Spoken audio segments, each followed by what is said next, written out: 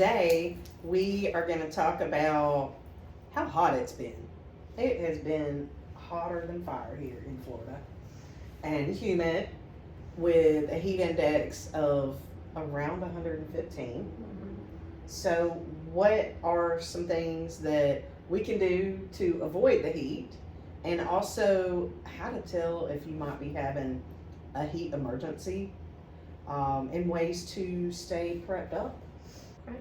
Well, let's talk about what exactly makes it so hot here to start off with, because we're in the South. The further south you go, the hotter it gets. That's just, yes, we're in the armpit. So the further south you go, the hotter it gets. The summer, the days are longer, so it's going to be hotter for longer. The humidity here is awful, which increases the heat index. There's limited time to cool off because even at night it's been in the 80s. And then the way the weather has been lately, it's kind of trapping heat in little pockets. Mm-hmm. So depending on where you're at, it can be scorching. So that being said, let's talk about the difference between the temperature, like the actual air temperature, and what the heat index is. Okay. The heat index is what it actually feels like. Feels like? So like with us saying our heat index has been 115, like it feels like it's 115 outside, but it might be 97. Right. So the air temperature and the heat index are two different things. The heat index is intensified by the humidity. I'm not a weather expert. We love weather. I do, but mainly storms and tracking storms, not tracking heat. So we've been under a heat advisory for 2 weeks now, roughly, I think. So a heat advisory in the Central Florida Panhandle, which is the area that we're in for the most part. Well, like we're considered. Yeah, Central we're Florida considered the Panhandle. Panhandle. So a heat advisory is issued when the heat index is expected to reach 113, or the air temperature is forecast to reach 105 or higher. Okay. So that's when a heat advisory is issued.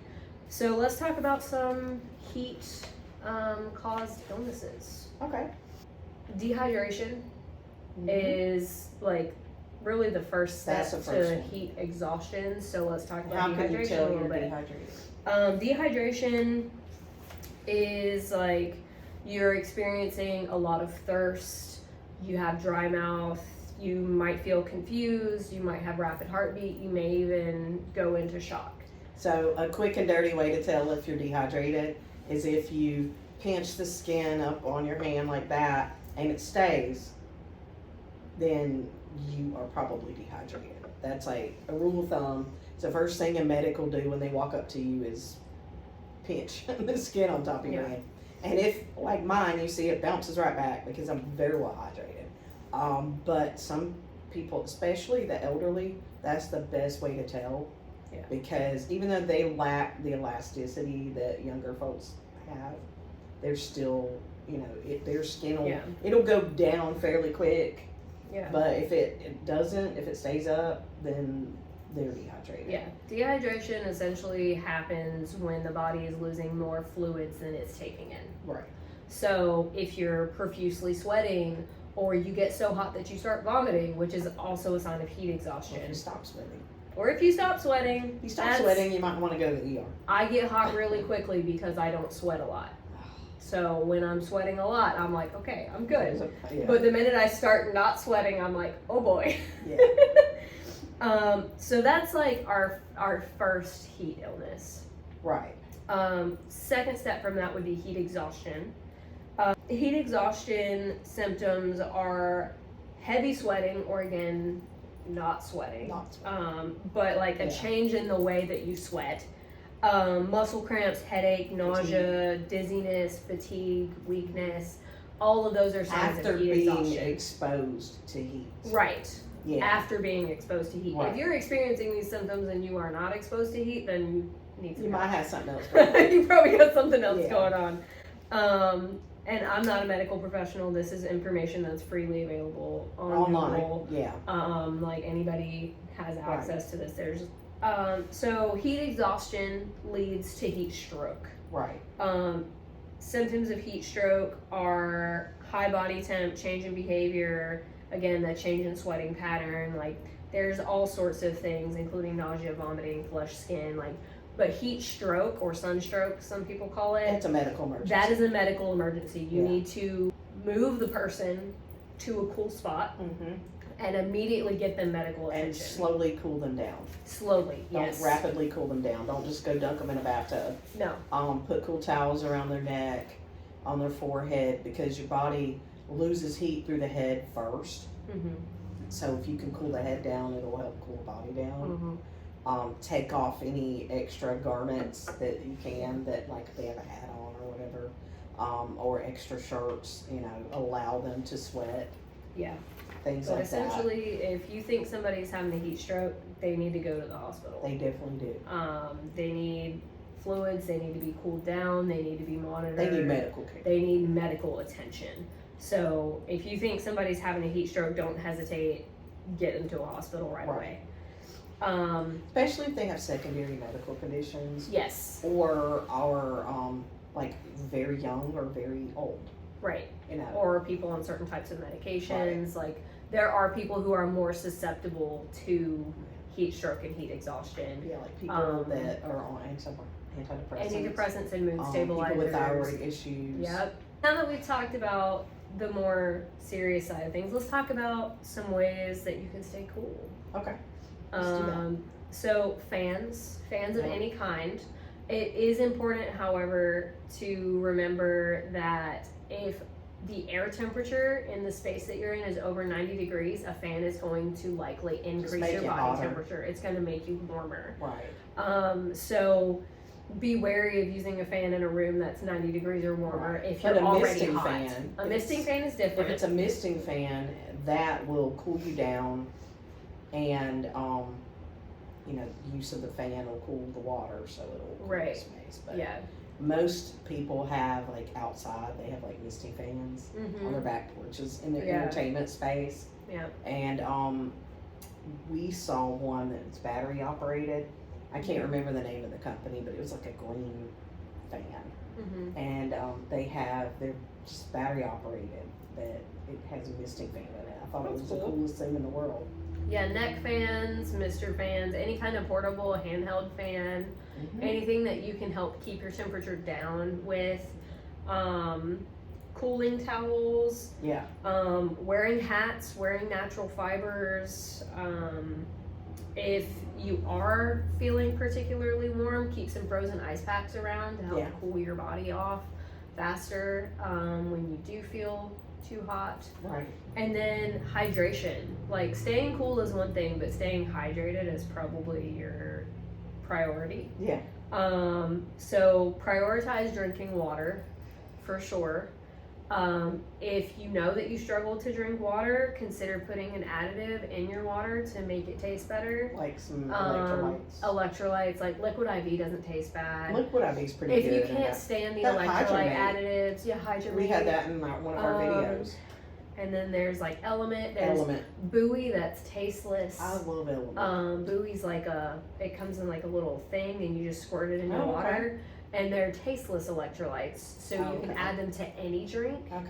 So if you don't like water, you can add them to your tea, and it will affect the way the tea tastes. But a tea will dehydrate you, because... I'm just saying, I know there's people out there who are sweet tea diehards who are not going to drink anything other than sweet tea, which is not good for you. Put your electrolytes in it, but... I'm scolding you. It's not good for you. Drink some water. But... outside of like water additives, like you can drink pickle juice. Yeah. Like that's what I do when I start feeling weak from heat, is I chug pickle juice. It almost immediately makes me feel better. It gets rid of the fatigue that I experience when it's hot. It's got vinegar in it. Yeah. But pickle juice is good for you. Magical pickle juice. You can always go classic Gatorade. Yeah, I mean, like you can. Stuff like that. I mean, if that's if you're really opposed to water, like Gatorade and stuff like that can be helpful. My favorite thing is the Element watermelon salt. I mean, so gross. It's so good. So gross. It's my I can't favorite stand one. it. My favorite one. It's salty, but it's watermelon. But It's see, like everybody's different, and I it's don't like consume a lot of sprinkling- salt. So when I taste things that are just salty, I'm like, oh. It's like sprinkling salt on a watermelon. It reminds me of being a kid. I can see that. You know, I can see it's that. nostalgic. So staying hydrated is definitely like top of the list. Like when it's this hot outside, whether you're outside or not, you still need to hydrate. Right. People don't even realize that they can be dehydrated and not know that, like, they won't even know that they're dehydrated. Right. So And then it's too late once they start progressing. right. You know, especially like people that do yard work and stuff like that. Mm-hmm. Like they just don't pay attention. They just go do their job. Yeah. And not even realize, and then they're like, "Oh, I'm lightheaded," or "Oh, Yeah, I feel like and this." if you do a job like that, I highly recommend getting like a Camelback or something like that, filling it with water, putting your electrolytes in you it, can drink it so that you can drink it while While you're you're working, mowing. so that there is no, oh, I don't want to stop what I'm doing to get water. It's already on your back. Like if you work outside, you should consider something like that Yep. for sure, because it's an easy way to stay hydrated and definitely a not big put floppy yourself hat. at risk. Big floppy hat. Big floppy hat with solar fans. Let's not talk about the solar fans. It's a good theory. It was great. It didn't work was a out. great gift. Or it's good in theory, but it didn't work out. Yeah. So, Preps, right? Are you? well, let's just real quick. I want to mention as well that like between 10 and 4 is the hottest part of the day. And if you're able to avoid being outside, I would avoid it between 10 and 4. Like, do all your chores before 10 a.m. Yeah. So, and, after 4, but like here it's still, like the other day, it was still, our house was still 82 degrees. And Yeah. it was 6 o'clock. And like, he keeps saying there's something wrong with the air conditioner, but I don't think it's it's just that. so It's hot. just so hot that we can't Like get it ours cool. is running constantly, and it's not because it doesn't work.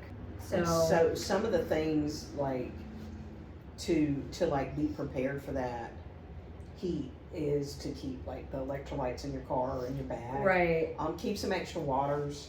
right. Don't leave plastic bottles of water in your car, please. Yeah, because I mean, The plastic will leach into. they're eventually water. going to be exposed to heat regardless of what you do because they are transported to Yeah, you. at some point. However, you don't want to continuously leave the same water in your car over and like over months and and over months at a again. time. Like if you're going to keep water in your car, cycle it out. Like And never leave the house without some water in your car. Like, right, just don't- always. I 'Cause always you know- let's talk about some other things that you might need in a heat-related medical emergency, real quick. Okay. Since we have spent so much time talking about heat-related illnesses, let's just address a couple of things. We've already talked about like how to stay cool, but like things that will be handy again: water, electrolytes, any type of first aid kit that can have like a fever reducer or something like that in it, maybe. Or the cooling packs. The cooling packs, yeah. Like the ones that you just crack open. Right. Definitely keep sunscreen around. I know it's not really going to stop you from overheating, No. but it Save will you from help the keep you sun. from burning in Yeah. the sun. Cooling towels, bandanas, things like that. Yeah. Keep a list of your emergency contacts, whether like if your phone is going to be locked, you need a physical list. Yeah. Um, Like a little card or something something. that just has contact so and so for emergency. right. Like you can put it in your glove box. Make sure you keep your cell phone charged. Make sure you keep a portable battery pack. In this heat, however, if you are out in the sun and you have your phone on you, your phone is probably going to overheat. Right. Keep it out of the sun. So you definitely need to keep your phone out of the sun. Keep it cool as well to avoid not being able to contact someone Right. Because in it'll case shut of an down when it gets emergency. hot. Yeah, your phone will Your just battery. out like in the sun, like say you're going fishing or you're gonna be on the beach or something like that, having a whistle around. in case There's you do emergency. need help. Like if there is an emergency and you can't call somebody, you can whistle, and hopefully someone is close Yeah, enough. because you can't, to not hear gonna be able to you. whistle if you're dehydrated. I doubt No, it. I don't think. But you might be able to blow into a whistle. Yeah. Yeah. But if For you sure. have like an emergency whistle, like the one we showed in our hurricane prep video, Right, yeah. that would be a good thing to have. That's always a good thing to carry on the beach or in a boat anyway. Yeah. Just in Remember, case somebody's drowning or something. lightweight clothing. Yep. We've already kind of talked about this with ways to stay cool. Make sure you're carrying your identification with you if you're going to Yep. be out and about. Especially if you have any medical information that is relevant to you, make sure you have cards that talk about those things so that if something happens, you're able to get the best care. And last thing on this list is an emergency blanket. They make cooling blankets. They do make cooling blankets. But also if you need to create a makeshift shelter to get yourself out of the Right, to sun, get out of the sun. you need can that. stake a blanket down. Yeah. And it will shield you a little bit. Tarp, blanket.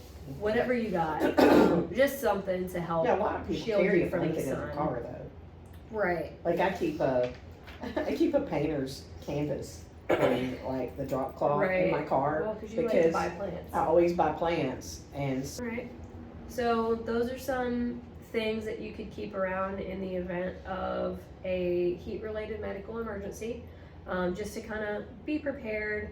So let's talk about house hunting in this heat. you know, without fail, people want to look at houses at 1 p.m. on the hottest day of the year.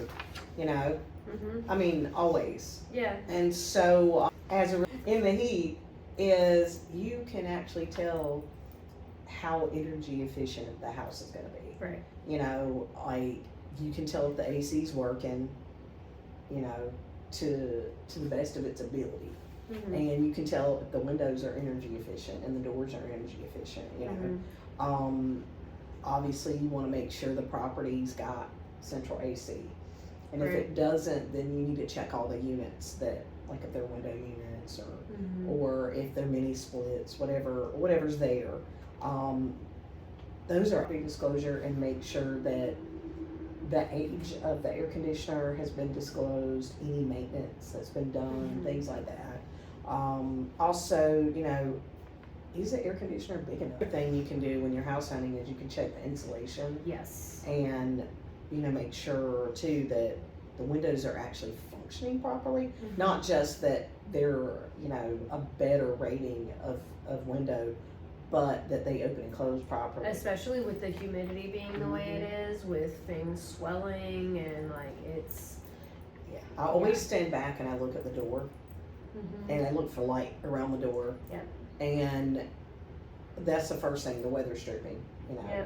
There's a lot of little things you can do to increase the energy efficiency with just weather stripping and things like that around the windows and the doors. Also the other thing you want to look at is the house sitting out in the middle of a field? Like, are there trees around it? Like, given that we had Hurricane Michael and then like last year we had all those tornadoes, I've noticed a lot of people have just cut every tree down around their property. Yeah. I like shade.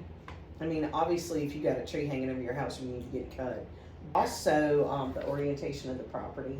Yeah. Which I never thought about, and I think ours is not properly oriented. And so the window unit in the master, because of how he, you know, working the shift work and all. But sometimes, like, it has come in handy because we've had storms and no power, and we've been able to plug that window unit into the generator. Yeah. So we don't get hot. And that's the one thing that we did talk about was like backup methods, you know. We're getting there. But It's still in the notes. when you are looking at a house, do they have a whole home generator? You know, Yeah, that's an that's important thing. to me Or- is important. Or is there a way, like obviously, like is it already set up for you to have a whole home generator? Like those are things to pay attention And to. like always pull the address up and see if you can find out what the average utility bill is during the Yeah. summer. Sometimes you'll have to ask for that, you know, like from the the seller's agent or whatever, your agent can ask for that. Smart thermostats, they also track, trends in the usage. Mhm. So you could always ask, hey, can I see your Nest or whatever, Ring, whatever y'all use for your programmable thermostat. Like, those come in handy.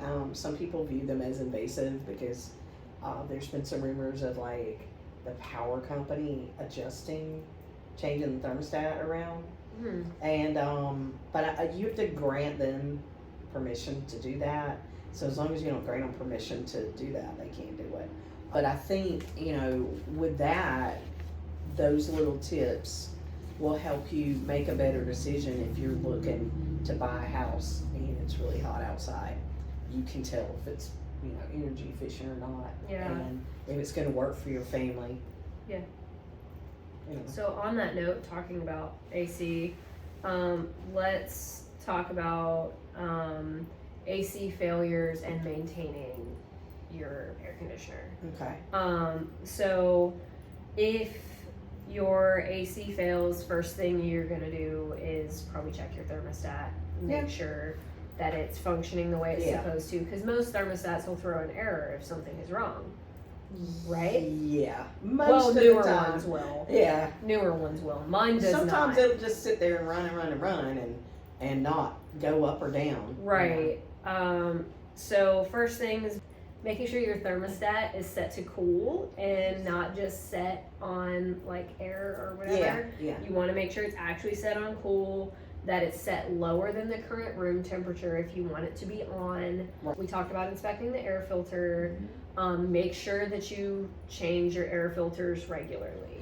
So in the event that the AC does go out, you want to inspect your breakers. Make sure that your breakers have not tripped. If your breakers are still as they should be, next thing, is there even air coming through the vents? Right. Because if there's no air coming through the vents, there could be a not. problem with the blower motor in your air conditioner, or there could be a problem with the thermostat itself. Right. Actually, the thermostat. Things you want to make sure that there's no like leaves or debris or anything like that on or in your air conditioning unit.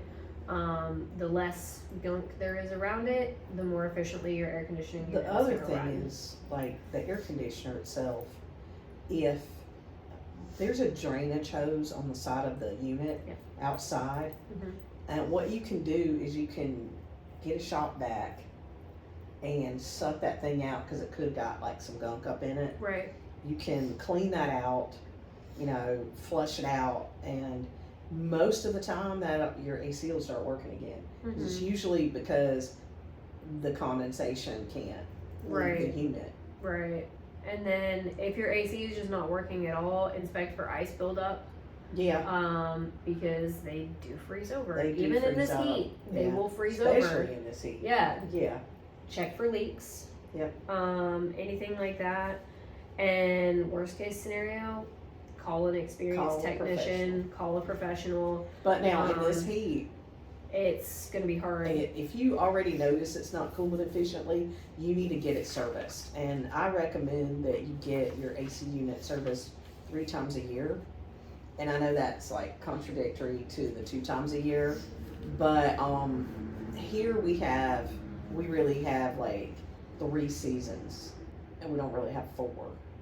We have spring, summer, and fall. Yeah. I don't really think we have winter. I mean, like last year we did have winter, but that was this year. Yeah. Oh, that was this year. That was the beginning of this year. So in like February, end of January, first part of February, get your unit serviced. Right. In June, get your unit serviced, or at the latest first part of July. Yeah. And then get it serviced again in like October. Yep. End of October, probably first part of November, before the holidays. Yeah. And that way they can make sure that your heat comes on and all that stuff. But that's one of the things that the guy that does our stuff, he recommends 3 times a year, and it's not because he's trying to make more money. It's to keep your unit working properly.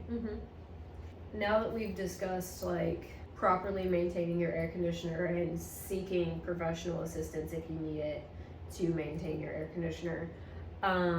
Let's talk about power outages, because it is hurricane season. Yeah. It is bound to happen, and in this heat, it's hard to deal with a Like power I said, outage. we really I hate the idea of having a window unit. The reason we have that window unit is because sometimes he has to sleep during the day because he has to work at And night. it gets so hot in And the room. so, and our room is so hot, so it helps with noise suppression. So, and it cools the room down so that he can sleep during the day. However, that air conditioner has saved us on many occasions. Well, and another, Because we've lost power in the heat, yeah, and we've been able to just shut the door and go in there and Yeah. move the TV in there and everything, and we have battery backups, generators, everything we need, and we basically lived in our bedroom for several Right. days. and I think it's worth mentioning too, like if you have a health condition that kind of dictates that you can't get over a certain temperature, or you can't be exposed to temperatures above, like, I don't know, 90 degrees or whatever. Yeah, probably.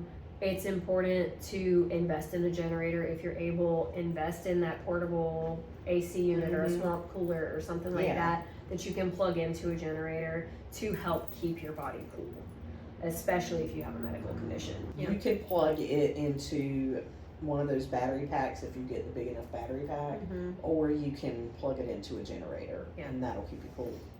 Yeah. So during a power outage, it's just as important, if not more important, to stay hydrated. So again, 1 gallon of water per person per day minimum. Right. So make sure that you have that. Keep your blinds and your curtains closed when it's hot out. We talked about battery powered fans a little bit earlier. Mr. Fans. But anything like that is good to have Handheld. around for a power outage, whether it's handheld or. You know, they sell those at the Dollar Tree, I think. You put the water in the bottom Yeah, of I them, like think it's so. a little bit of water. I know they have them at the Dollar General. And they're battery operated. If it's hot out and the power is out, open your windows at night. Even if you don't leave them open while you're sleeping, like if you open them at night while you're awake and can monitor the area. Like opening your other tips for power outages, staying in the lowest part of your home. If you have a multi-story home, like staying lower down, because heat rises. So the higher levels of your home are going to get hotter before the lower levels. So staying low, lightweight clothing, of course, in a power outage, like lightweight natural fibers are going to help keep you from sweating as much. Polyester is not your friend. No, but rooms that don't have windows are also good. Yeah. Or have fewer windows. Fewer windows so they don't warm up as much. Again, the cold compresses and wet towels. If you have to be outdoors, stay in the shade if you can. Limiting physical activity during power outages just to kind of reserve your energy. Staying informed about the weather situation. Again, weather radios are very important. And make sure you check on the vulnerable people in your life, the elderly and the very young who maybe aren't able to people with regulate. Pets. Yes, pets. Like, please make sure you don't leave your pet out in the heat. Oh, please don't do that. All that being said, like that's just a few things that you can do in a power outage or when your AC fails, like to keep yourself cool, keep yourself protected, and make sure that you and your loved ones are safe and well in this heat. Check on somebody that you might have concern about. Check on them, make sure they're not, like my daddy's stubborn, he goes out in his wood shop, so I'm constantly like, make sure you drink water, make sure you take something out there. I got Gatorade, I got a cooler, okay. I can only fuss at him so much, right? But check on people that you love. And if you're looking to buy a house, now's a good time to do it because you can tell if it's energy efficient or not. Maybe we can find you one with a pool for you to cool off in. Yeah. But that's really about it for us, right? Yep, that's it. And if you need more tips on how to stay cool in the heat, we'll have something for you to download. Yep, we're going to have a mini heat survival guide. Little mini heat survival guide there. And we will see you when we see you. See you when we see you. So during a power outage, it's